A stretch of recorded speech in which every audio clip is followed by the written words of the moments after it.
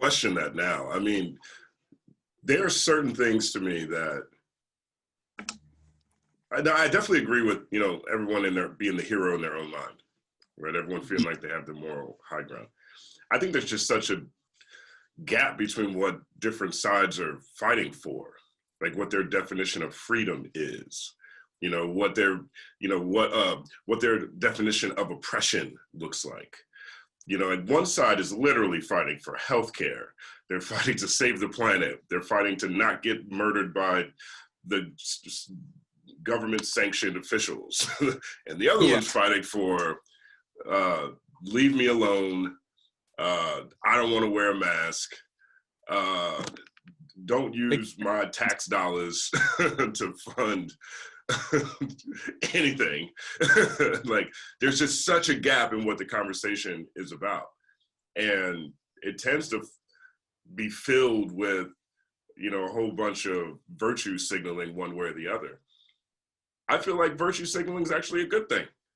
I think you should signal your virtues. You know, I don't feel like there's this oppression of, you know, people oppressing your ability to have thought.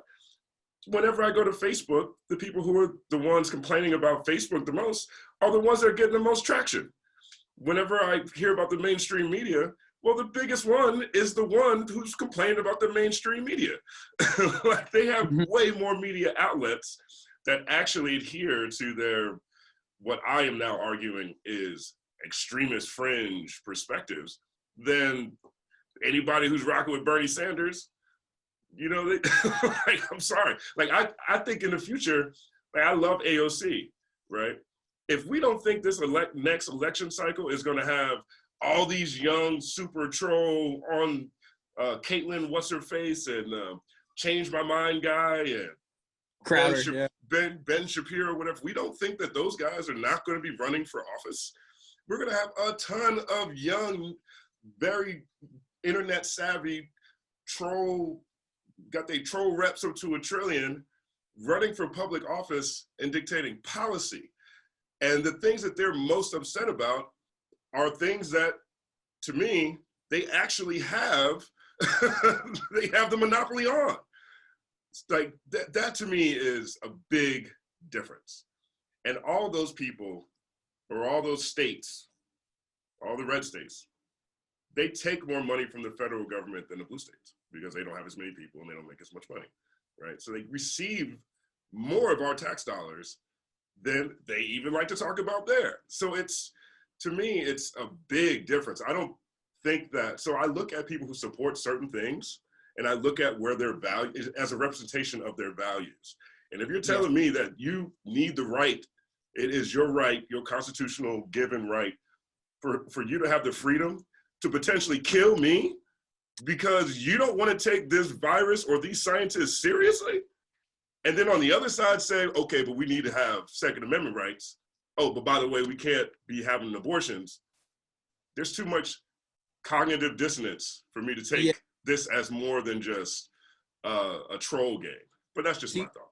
So you think it's the kind of thing where I was talking about conversational frames of the same debate. You're kind of like, it's one side is saying the sky is green, the other one saying it's blue. So it's just like it's not the same metric of we can't sit down that way. We don't have the same facts. We have this thing called alternative facts. I'll say this real quick because I was talking to Satire last night about this. He's got a new video. We're looking at the edit for it. And in the 80s, this Iran-Contra thing was big. And Reagan had to apologize on TV. His apology is way more interesting than anything George Bush or Bill Clinton apologized for. They really should show that Reagan apology more. He was the one saying that his CIA did not, you know, fund the Contras to get weapons for guns to use in Iran. This is where all the snowfall stuff, all the crack stuff, right? He said they didn't do that. Had to go on TV to apologize. And I'm paraphrasing, his apologies was something to the effect of, I know I told you that we didn't have anything to do with Iran-Contra. In my mind, in my heart, I believe that to be true, but the facts say otherwise. This dude went on TV and said something to the effect of, I'm paraphrasing, in my mind and my heart, I believe that's true, but you know, the facts say it's otherwise. That was nuts then. Now we just have alternative facts. So it doesn't even matter what the facts say as long as it feels a certain way. It's not, you can't have policy debate when you don't agree that there's a table here. You can't pass legislation if you don't believe a whole population on the other team simply because they're more liberal than you isn't evil. Like these people think they're evil. That's where, yeah, and I guess it's like it is kind of me as an educator just being like, how are we going to change someone's mind that, you know, if we're calling that person a fucking idiot from Jump Street, you know what I'm saying? Like a child is not going to respond to being told like you're being so stupid right now, X, Y, and Z. Like you talk to them a certain way, and I know these are grown ass people and they shouldn't need to be coddled, and it's not necessarily anybody's job to educate them on things they should be aware of as just upstanding fucking citizens. But like, it's, do we want to say like, I don't want to have this conversation, or do we want to like, you know, make more progress? I just think it's really hard to like progress or progress if you're like really fucking not talking to anyone. Like I that's on the other side. I just don't see it. I don't see how it's going to happen. There's too many fucking crazies that, and then maybe it is beyond that. Maybe there is too much of a divide to have a conversation, but then what's the solution beyond that? Like, is it just, you know, like then it's all visceral, and like all visceral is going to lead to something else. So it's just like, I don't want to say like I feel like we're fucked, but I kind of feel like we're fucked. I think the solution is we need to get, well, people on the blue team or anybody who feels they're liberal or whatever needs to move to some of these empty red states that have way too much electoral and congressional power. I think you need 5,000 liberal people to go move to Wyoming. They have 2 senators. That's probably the easiest state to flip ever. Go let Jay-Z open a freaking, you know, cool capsule live workplace. Build it down the road from Kanye's joint. Let Diddy do something like, or just invest in something like that. Take a whole bunch of kids out of colleges and give them internships at these places. And then when they're out of college, give them jobs, and they develop things for the Zoom economy. Well, now you're actually throwing people into places that can have a legislative change. We need to have more people be willing to move to other places in order to make certain types of changes. Or you just stay where you are and screw. I mean, there's options. There's plenty of options. But because I don't even subscribe to the idea that no one knows what to do. I think people have plenty of ideas. I think that it's just a lot more comfortable to say, fuck it, I don't know what to do. Let me wash my hands, get back to going to work every day. Well, that's how people have been taken advantage of for 40 years. We have a whole generation that hasn't essentially had a raise. They told us to go to college because that's how you'd be able to have a secure future. They didn't tell us that you're gonna be $100,000 in debt and there wasn't gonna be no jobs when you got out, or the jobs are paying a half, paying, you know, a quarter of what your interest rate is. That's paraphrasing the joke. But think about that. I mean, you have to own a house before you can get a job to buy a house. Like, this is true. This is a generation thing. Like, this is anybody 40 or younger is going through this. They had this one little benefit called Obamacare. And the one benefit that this generation had was, yo, I can stay on my parents' insurance until I'm 26 now. So, you know, I got a couple more years to get my sea legs under me. And you mean to tell me the other team has been swearing by getting rid of the bare minimum healthcare that we have because they don't like this tax that goes on to it? When, if you're really good at taxes, you know you can find ways to write that off. Like, there's a different principle there. That to me is crazy.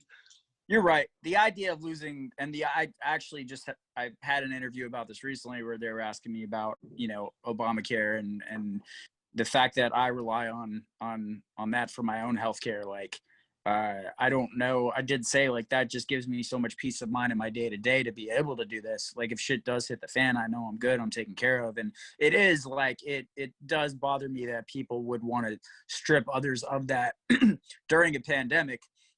Nonetheless, like that lack of compassion is concerning, and it's tough to attach that it's tough to separate the person from the politics in an instance like that, and in others. Like I definitely understand. Do you think a lot of it now, I don't know if you watch like The Social Dilemma, but just the fact that like people are, one side's being fed so much, information that's drastically different than what the other person is getting and receiving and taking in. So it's like the fact that we're bringing in information like this that is so different, that is labeled as fact. How much of that has to do with our divide? How much of that misinformation through social media, or what we're seeing as a result of what our digital impression is, our digital version of ourselves is, like, the fact that we see everything in accordance to that. Do you think how responsible for this like polarization and divide do you think that is? I think that's a huge portion of it. But this is something that started with Nixon. Like, this is, what's his name, Roger Ailes? Okay. His whole mission was to create a conservative media that had completely one-sided conservative favoring point of view. Fox is older than YouTube. Yeah. Like Fox News is way older than YouTube. There's a whole political half of the country that only looks at conservative media. This is before you get to Breitbart and Daily Caller. I mean, I was watching this thing the other day that was looking at Timothy McVeigh. And Timothy McVeigh was participating in online extremist forums. These guys have been digitally working for like 30, 40 years.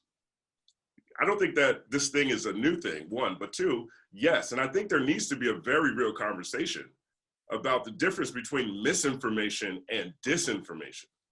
For example, there is libel and slander. I can't just go outside publicly, publish something that is slanderous and untrue about you. Right. I can't. So we do have legal recourse right now for different pieces of information that maybe aren't exactly what they seem to be.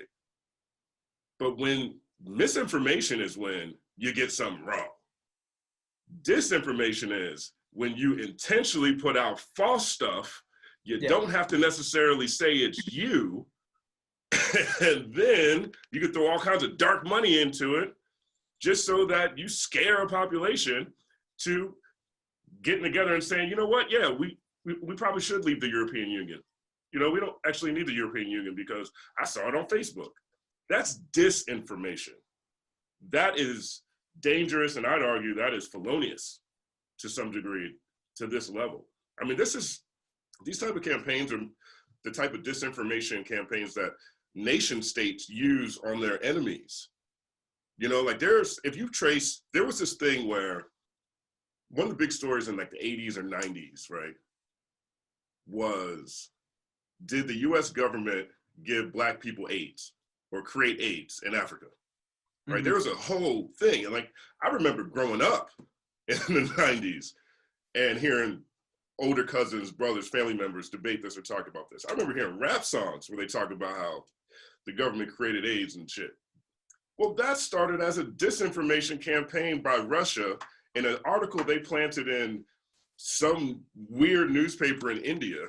That spread from India to the continent, from India to the continent, and it got such a big conversation in Africa that Tom Brokaw or somebody did one segment on it in the US. Now that's a disinformation campaign for that one. Now, look, people can talk about it all day. We could debate what the government did or didn't do. But if you trace that one, there's been documentaries done on that story. If you trace that one came from another nation saying, watch how we mess them up over here. We're going to just put this fake stuff in the news. Watch how it's going to travel. That to me is totally different. And it is nuts to me that you can have so many examples of people like Sean Hannity or Alex Jones who go to court because of some slanderous thing they said about some kids getting shot or something, some school shooting, and their lawyers argue that they should not receive penalty because they're not journalists. They're not credible sources. They go to court and get off by saying they're not credible sources. And the one thing they're selling and challenging every day is selling their own credibility and challenging authorities. Yeah, like, to me, that is a different conversation. Like, that is not the same thing as, my bad, you know what I'm saying, Trump really didn't say that. That's not the same thing. I don't disagree with you at all. And I think what's terrifying about disinformation that you were mentioning is back then it could start in Russia and then an Indian publication, and then it gets picked up here. But now the dark side of target marketing is somebody from anywhere can be planning that on American feeds and pumping whatever amount of dollars they want into it to assure X amount of people are going to. That's the part that fucks with me, is being further divided by nefarious sources that aren't even on U.S. soil.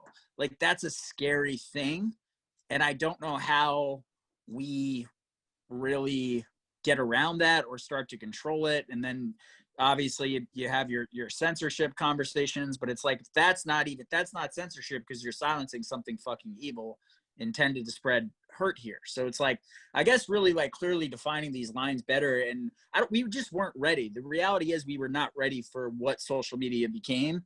And we were looking at it as it's this fun thing and ignoring that's why I thought that documentary did a beautiful job of illustrating kind of a willful ignorance there. Like, we're not asking questions because this is fun right now, you know? I think it's time to ask some questions. Meaning, those companies make money selling our data. Shouldn't we get paid for our data? I would say we should, yeah. I mean, I think these are conversations that Congress is supposed to have.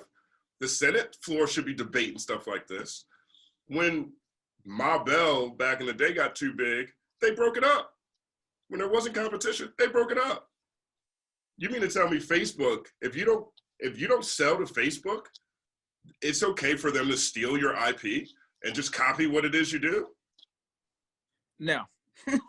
Apparently it is. Yeah. Freaking Instagram did the right thing. They got that billion that first year, cool. Because otherwise, Facebook was just going to make one. We saw what happened with Snapchat. They're doing it to TikTok. So you mean to tell me if you don't sell to this company, then it's okay for them to just copy your whole thing? That and is put wild. it with, I mean, like, these aren't, like, there is, like, you know, all kinds of legal covenants that corporations traditionally have to fall into. You know, we adjust, I guess, what the definition of a monopoly is all the time, consistently. This right here is not a free marketplace. No.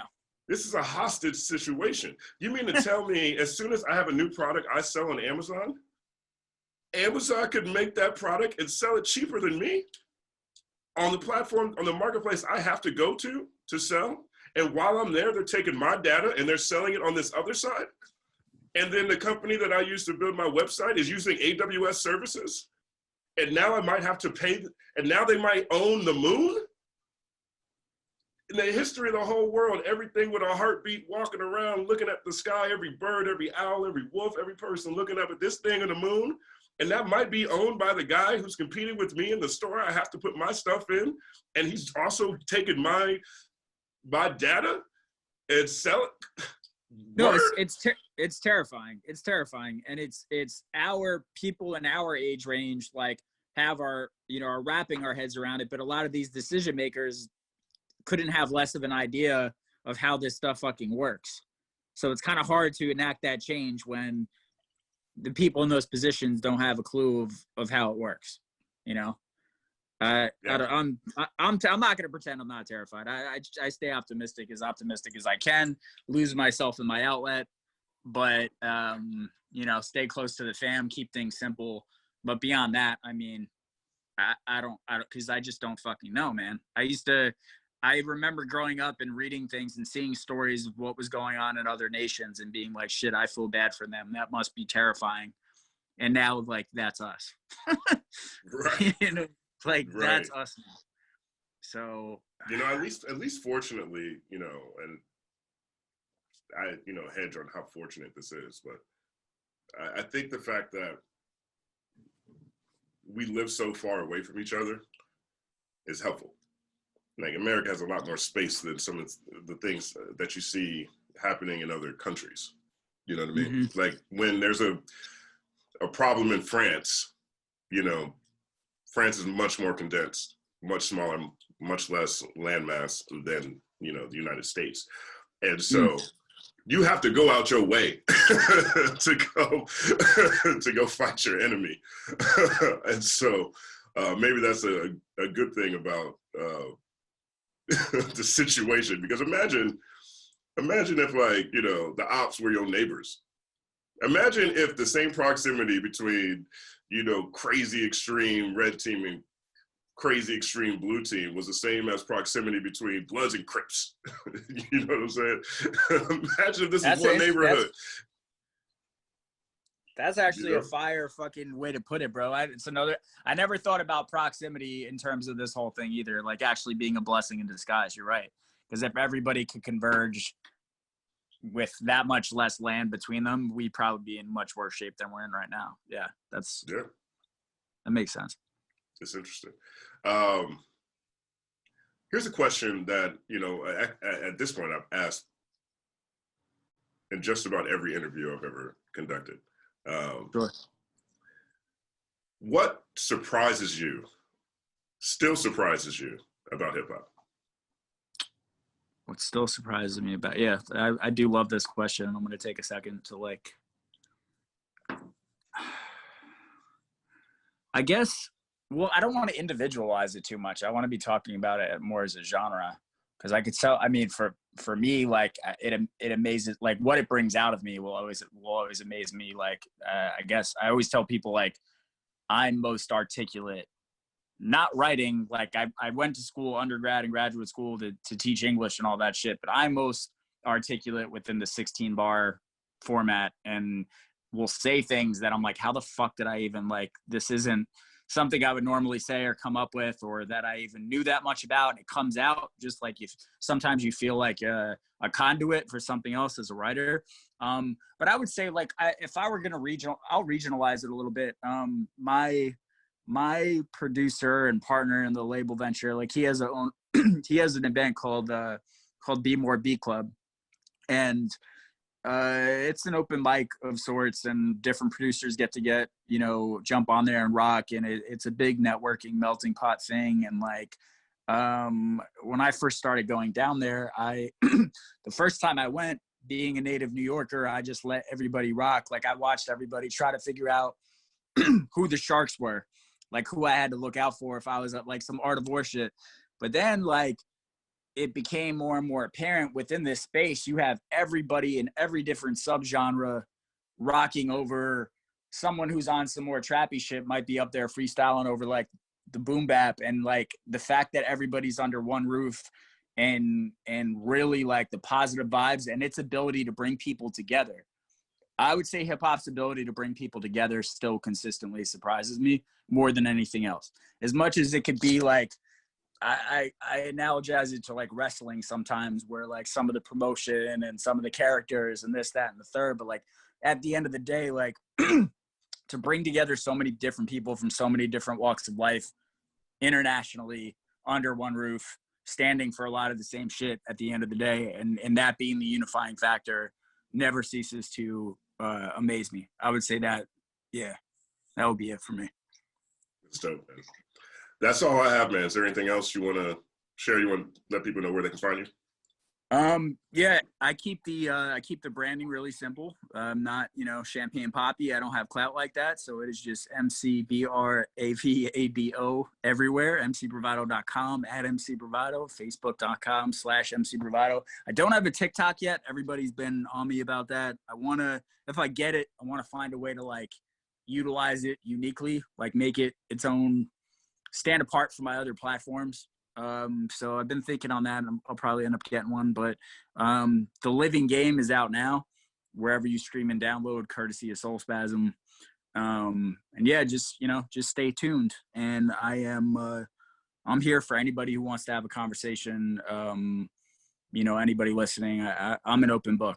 I still try to hold on to my values as an educator, and to share any light that I do have with others, and really walk that walk. We talked about the unifying factor of hip hop music. Like, I I do feel I make no exceptions about this. Like, I am a guest here, you know, as a white person, even though I'm Italian, you know, we're off white, as I like to say, but I'm very much white. So I'm technically a guest in this house. And I try to like keep that in mind and encompass the values of what I believe hip hop to be through and through. So I'm always here for a conversation. I'm always here to help. Yeah, man. Well, MC Bravado, I appreciate it, man. I really enjoyed this conversation. Congrats on Me too, bro. the year you're having right now too, man. You're doing some great stuff.